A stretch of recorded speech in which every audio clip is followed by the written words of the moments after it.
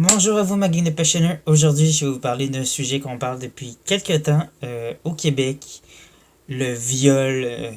Mais encore plus depuis quelques temps à la télé, on a une série qui s'appelle Fugueuse, qui parle d'une jeune fille qui est entraînée par un garçon qui l'emmène dans l'univers de la prostitution. Et là, moi, je vais vous emmener un peu dans cet univers-là par le biais d'événements que j'ai vécus de loin et de proche par des événements que je vais vous raconter par des vidéos. Il va y avoir, je sais pas combien de vidéos que je vais faire, mais il va en avoir quelques-uns. Il va y avoir un lien avec de ce sujet-là, excusez-moi. Alors, je vais commencer par un sujet du viol. Alors, qui est en lien avec l'épisode qu'on a eu il y a quelques temps. Fanny qui se fait violer par l'équipe de son ami, on va dire son petit ami qui dit être son ami, justement, et qui se fait violer par l'équipe à cause qu'elle est droguée par du GHB, la drogue du viol. Alors, moi, je vais vous raconter une histoire qui est un peu similaire, mais deux histoires. Qui n'a pas un peu rapport au GHB, mais une qui a un peu le lien, mais aussi, qu'est-ce qui arrive. Aussi, je vais vous raconter les effets psychologiques que ça m'a causé, puis les effets physiques que ça m'a causé. Et après ça, je vais raconter d'autres choses. Le lien aussi, je vais vous raconter dans une autre vidéo euh, mon rapport avec la prostitution. J'en ai jamais fait, mais j'ai été indirectement impliqué par parce que qu'est-ce que j'ai vu, parce que ce que j'ai vécu, j'en ai vu. Bon, alors je vais vous raconter ça dans une autre vidéo. Et je pense que ça va être les deux seuls que je vais faire, mais je verrai par rapport à l'émission, qu'est-ce qu'ils vont nous montrer, puis qu'est-ce que je peux vous parler un peu de tout ça. Ça va dépendre de l'émission et tout ça. Qu'est-ce qu'ils vont nous montrer, puis qu'est-ce que je vais pouvoir vous parler par rapport à mon vécu là-dedans. Alors, et c'est ça. Alors, je commence. Je pars mon intro et je vous raconte ça.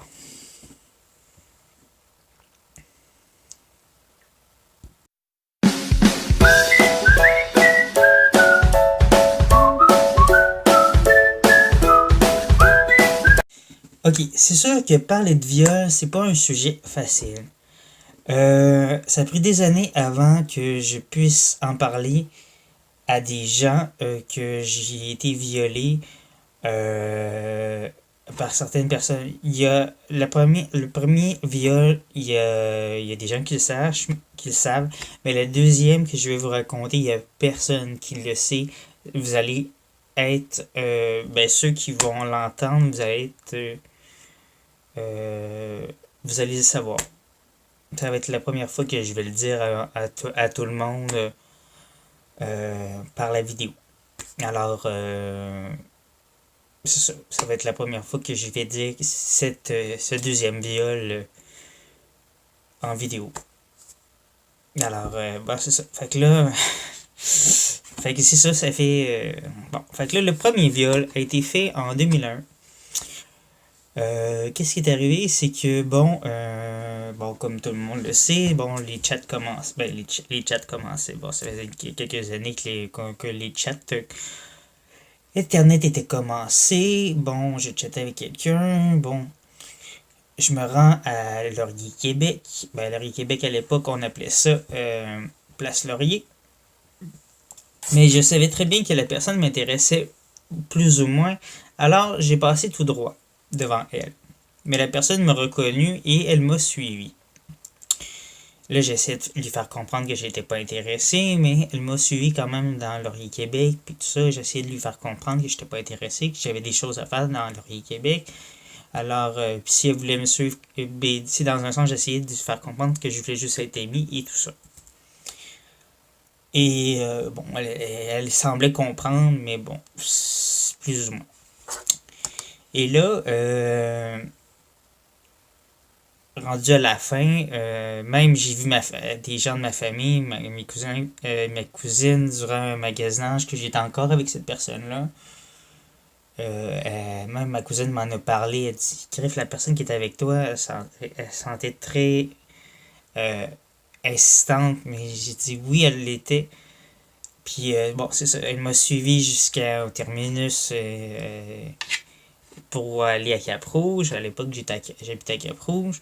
Elle a embarqué, l'autobus s'en allait, elle est rentrée dans l'autobus au moment que l'autobus partait. Euh, il est rentré direct au moment que l'autobus s'en allait. Alors, j'ai pas pu dire au chauffeur de partir que je voulais pas que la personne rentre dans l'autobus. Puis le chauffeur a demandé pourquoi, tu sais, mais je peux pas lui expliquer. Alors, fait que c'est ça. Fait que là, il m'a suivi jusqu'à Cap-Rouge. Il m'a suivi jusqu'à mon appartement. J'ai essayé qu'il me suive pas dans l'appartement, mais il y a quelqu'un qui est rentré en même temps que nous. Alors, ça a été compliqué. Fait que il m'a poussé dans mon appartement. Et bon, comme vous pouvez comprendre, ben, il m'a poussé, puis bang, bon, il a enlevé mes vêtements, puis bon, ben, il a fait le geste, et bang, mon téléphone sonne. Ben, le téléphone de la maison sonne, et bon, à l'époque, bon, ben, c'était comme ça avec ma mère. Ben, ma mère était comme vous savez, bon, j'ai une maladie. Vous avez une vidéo sur mon hydrocéphalie dans une des vidéos que vous pouvez aller voir. Fait que ma mère et moi, nous avons ben, une espèce de code qui faisait que quand elle m'appelait, bon, si je répondais pas, ben, elle rappelait, puis blablabla. Fait que là, je dis au gars, regarde, si tu réponds pas, si je réponds pas à ma mère, elle va s'inquiéter. Fait qu'il a paniqué. Mais lui, il était déjà rentré, tu sais.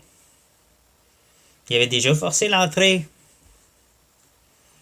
Fait qu'il a paniqué. Il est sorti.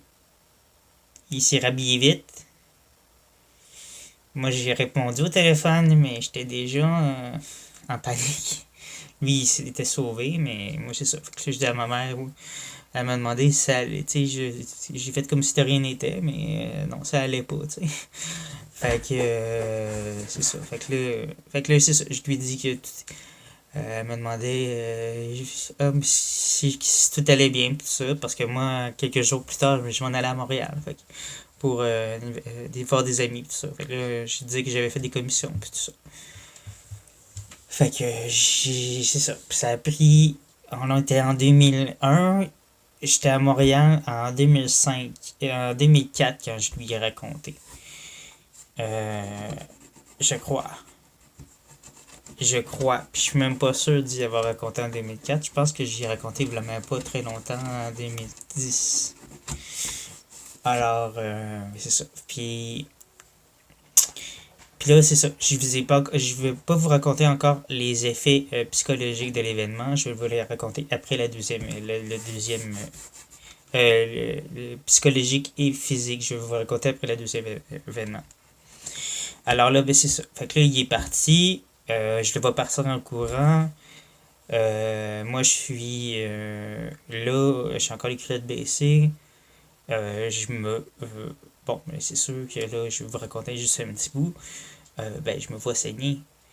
Je vois que je saigne. Fait que là, je m'en vais à la toilette. J'essaie de m'essuyer. Ben, je vois que je saigne. Là. Je vois que je suis en train de saigner. Alors, bon, fait que là, je suis sur la toilette, fait que j'essaie de me faire arrêter de saigner, fait que je me mets des papiers de toilette au derrière. Puis, c'est ça, j'essaie de m'arrêter de saigner. Fait que là, j'essaie de prendre ma douche aussi parce que je braille, tu sais, je capote. Là, je suis en panique, ben raide, tu sais. Puis là, ben, je suis sur Internet, puis j'essaie de parler à mes amis de Montréal, justement, puis d'essayer de me calmer, puis de dire ça, que je capote, puis je capote, puis je gueule que ce gars-là m'a fait ça durant, mais personne ne me croit, tu sais, personne ne me croit, mais tu sais, quand t'as 17 ans, personne ne te croit, tu sais. Lui, il est plus vieux que toi, puis supposément, tu sais, c'est quelqu'un de connu à l'époque. Ben, connu. T'es connu de ces gens-là de Québec. Fait que, tu sais, fait que t'es pas connu. Fait que t'es un jeune qui vient d'arriver sur le chat, puis t'es pas connu, puis. Fait que, ouais. Fait que ça a été le premier. Fait que la première fois, fait que t'as une réputation. Ben, tu te fais descendre comme que t'as inventé cette histoire-là, puis que t'as jamais rien fait. Mais aujourd'hui, ben, t'apprends que le sida, puis qu'il est mort, supposément. Est-ce que j'ai su? Mais est-ce que c'est vrai qu'il est mort? Je ne sais pas. Mais que t'apprends que le sida, puis dans un sens, que ça fait bien ton affaire. C'est plate à dire, mais moi, ça fait bien mon affaire, qui est dans un sens qu'il a payé pour ce qu'il a fait. T'sais.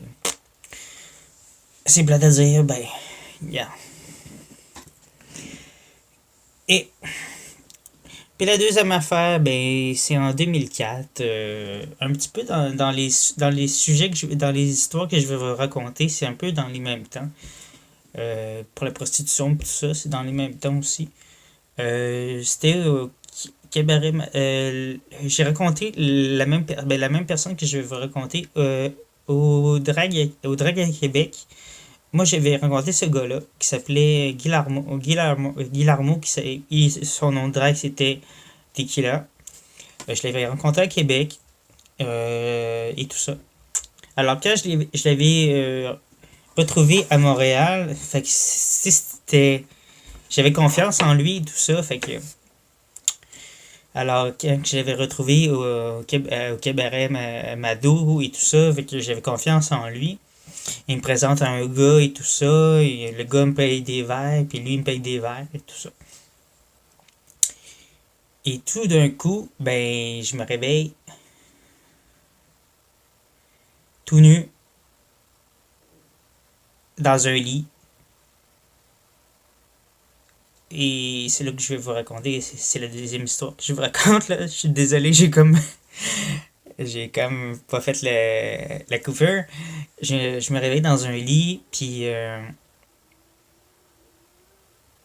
je vois Guillermo en bobette devant moi.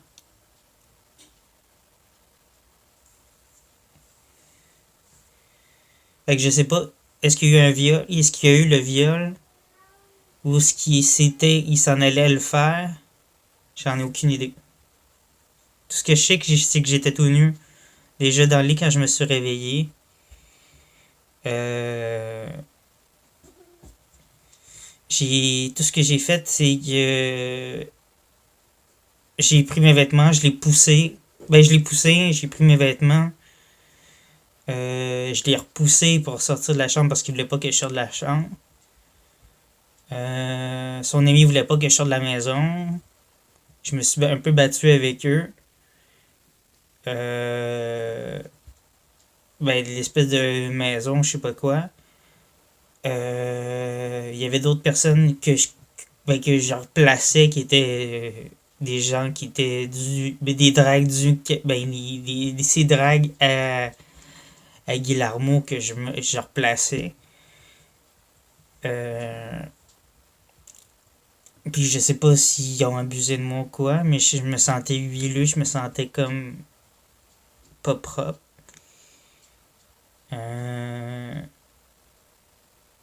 En tout cas, je filais comme pas bien.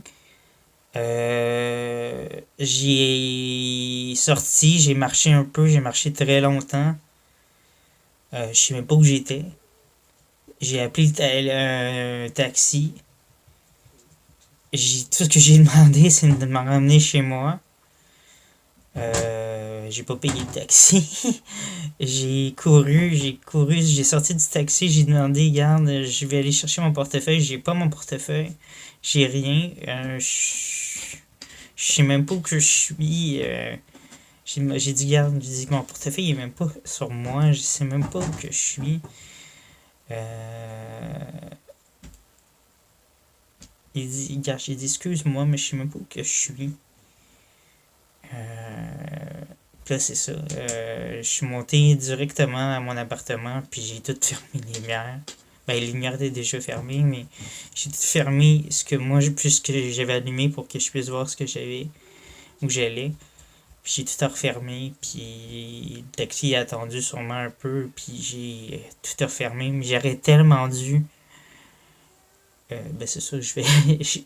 J'aurais tellement dû, ce que je vais vous dire après, les conseils. Et c'est ça. Puis j'ai pris ma douche, puis je me suis couché en broyant.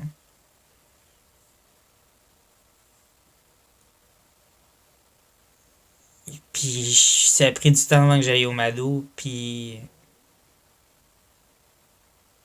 j'ai retourné au cabaret Mado parce que je voulais plus jamais retourner là, puis revoir Guillermo, puis ni revoir ces gens-là. Parce que je me disais, voyons, ça se peut pas.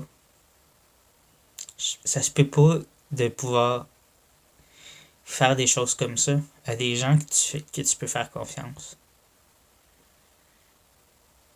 Mais je sais que c'était sûrement loin, ça devait être dans le coin de Repentigny ou quelque chose comme ça, parce que je me rappelle que je voyais les citernes de gaz pis tout ça, fait que dans le taxi, fait que je sais que c'était assez loin, merci. Mais vraiment, je capotais. J'en revenais pas. Fait que je sais même pas ce qui s'est passé entre le cabaret Mado puis chez Guillermo. Si c'était son vrai nom, justement.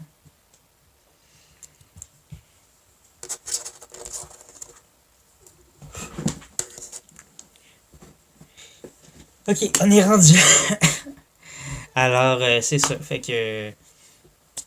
Oui, j'aurais tellement dû aller demander où je peux faire des taxis, d'appeler la police. J'aurais tellement dû, en 2001, appeler la police. Mais quand on est jeune, on comprend pas ce qui se passe. On est tellement désarçonné, on sait pas quoi faire. On est jeune, on est, on est vulnérable parce qu'on est tout seul dans notre situation. On est comme tout seul dans notre situation, on sait pas quoi faire. Euh,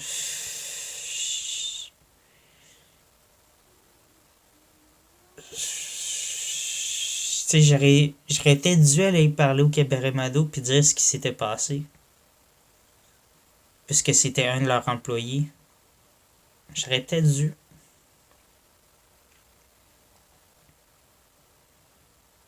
Mais je l'ai pas fait par peut-être peur de pas me faire croire.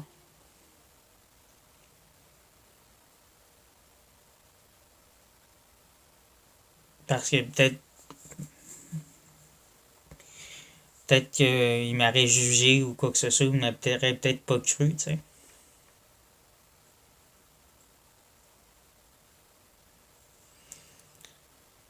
Mais il aurait dit, ah, mais une autre petite pute qui veut se faire de l'argent sur le dos d'un autre employé, d'un de nos employés, tu sais. Mais, tu sais, je veux dire.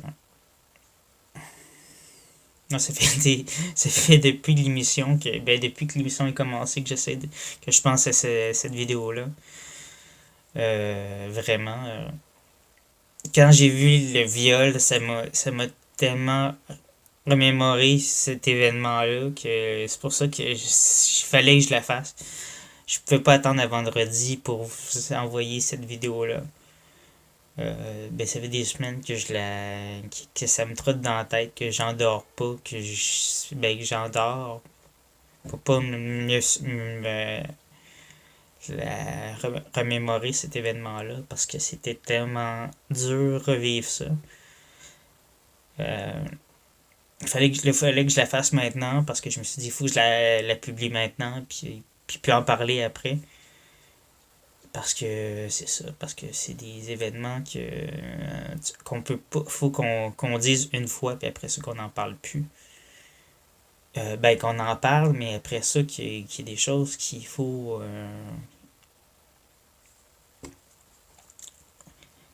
passer à autre chose parce que il faut les oublier à un moment donné, puis dire, regarde, ça s'est passé, puis aider d'autres personnes à les.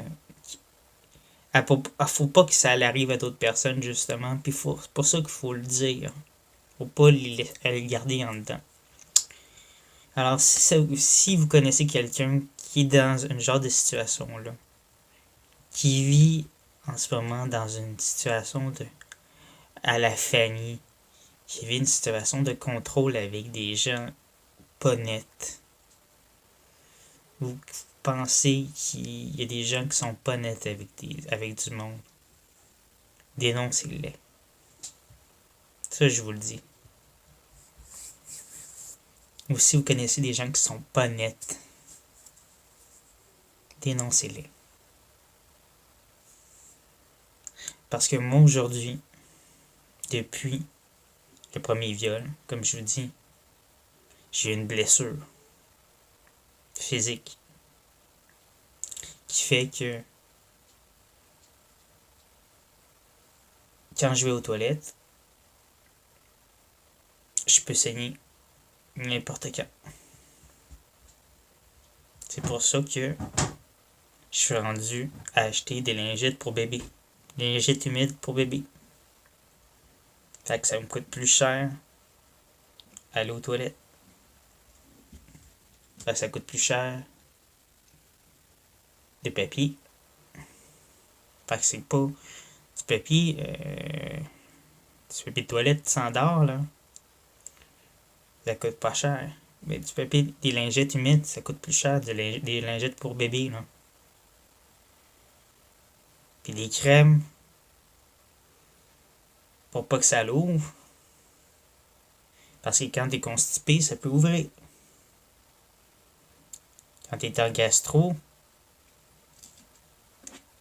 puis que t'as une gale, puis que la gale elle ouvre, puis que tu saignes autant qu'une fille qui est en SPM, ben qui est menstruée, puis pire que ça, que t'as qui aurait une jugulaire d'ouverte, ben c'est pas intéressant du tout.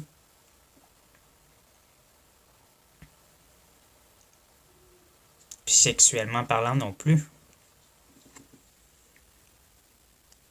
C'est pour ça que, tu sais, quelqu'un qui est versatile, puis sexuellement, qui aime être top et bottom, puis qui peut pas être bottom parce que, justement, qu'il y a une blessure, puis qui aimerait ça avoir un plaisir anal, mais qui peut pas, ben, c'est dérangeant pour lui. Pensez à ça un peu. Puis il faut qu'il soit top. Mais c'est dans un sens, oui, il aime ça, mais en même temps, il aime pas tant que ça. Ben ça, c'est juste une partie d'un plaisir personnel, mais c'est dans un sens, c'est mental aussi, parce que c'est un plaisir qu'il y a plus ou moins qu'il y a. Mais mentalement, c'est aussi, ça fait que j'ai moins envie d'avoir quelqu'un qui me colle. Le désir physique avec quelqu'un. Que quelqu'un me touche. Le fait que confiance en une personne. Plus naïf, la naïveté, oui, je l'ai un peu à cause de mon syndrome de Peter Pan, que ça aussi, il faudrait que je fasse une vidéo là-dessus, j'oublie tout le temps de le faire.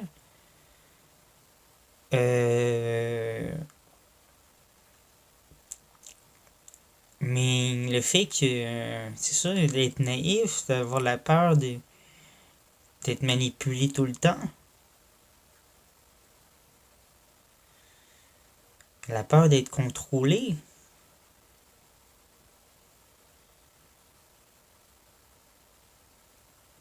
C'est la peur de sortir dans un bar puis de se faire donner un verre puis d'avoir quelque chose dans son verre.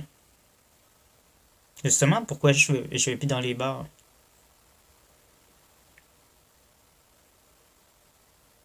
Pourquoi que quand je vais dans un bar, si je vais dans un bar, je prends tout le temps les bouteilles, puis que c'est moi qui me fait, qui me prend la bouteille avant, et non me la faire de offrir par quelqu'un d'autre.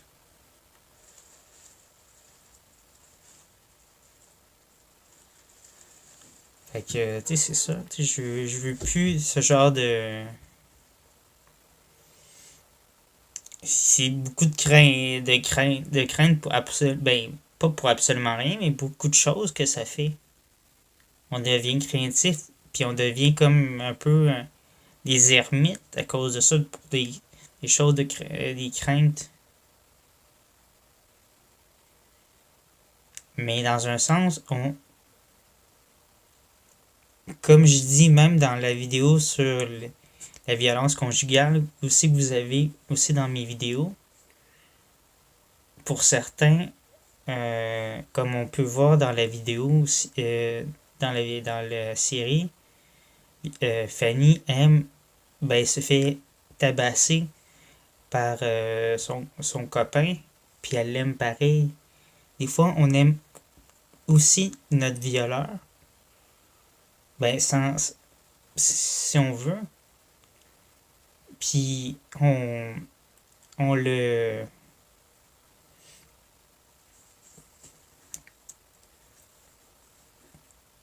On lui pardonne, mais on lui pardonne pas. Moi, je pardonnerai jamais à ces gens-là. Mais elle, dans la série, elle lui pardonne de faire ce qu'elle fait parce qu'elle l'aime, tu sais. Sauf qu'il faut pas se rendre jusque-là.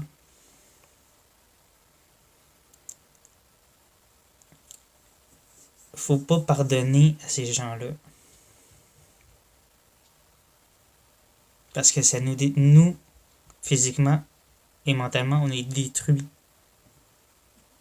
par toutes ces choses-là.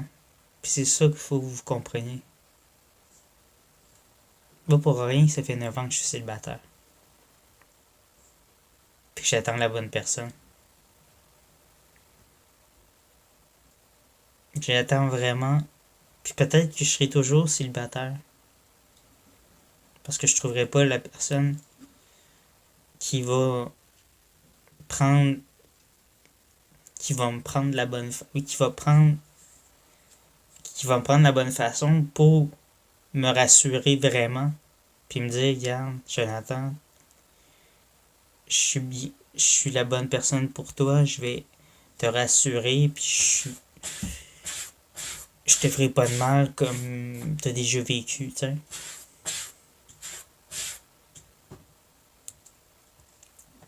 Puis c'est ça qu'il faut que j'apprenne à trouver la bonne personne qui va être capable de me rassurer, qui va être capable de me prendre comme je suis, avec mes qualités, mes défauts, puis mes blessures personnelles, puis ce que j'ai vécu, puis qui va comprendre ça, puis qui va être capable de travailler avec ça, tu sais.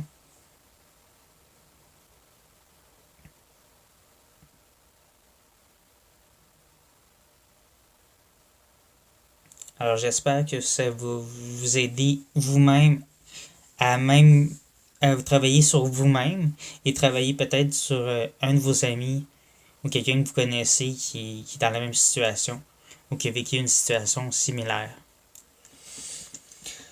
Alors, moi ça me fait du bien. J'espère que ça vous a fait du bien vous aussi. Alors, je mets une petite pause et je vous reviens. Alors, si ça vous a aidé un petit peu cette vidéo, alors n'oubliez pas de laisser un petit pouce bleu, des commentaires en bas ici. N'oubliez pas de vous abonner ici. Toujours regarder les petites vidéos ici. Et bien sûr, de commenter avec un commentaire positif ou bien constructif si vous n'avez pas aimé. Et bien sûr, faire un commentaire sur la vidéo et autre sujet si vous avez envie que je parle d'un sujet qui est soit sur la vidéo ou bien en lien avec un autre sujet que vous avez envie que j'aborde. Alors, à bientôt pour une autre vidéo. Bye bye!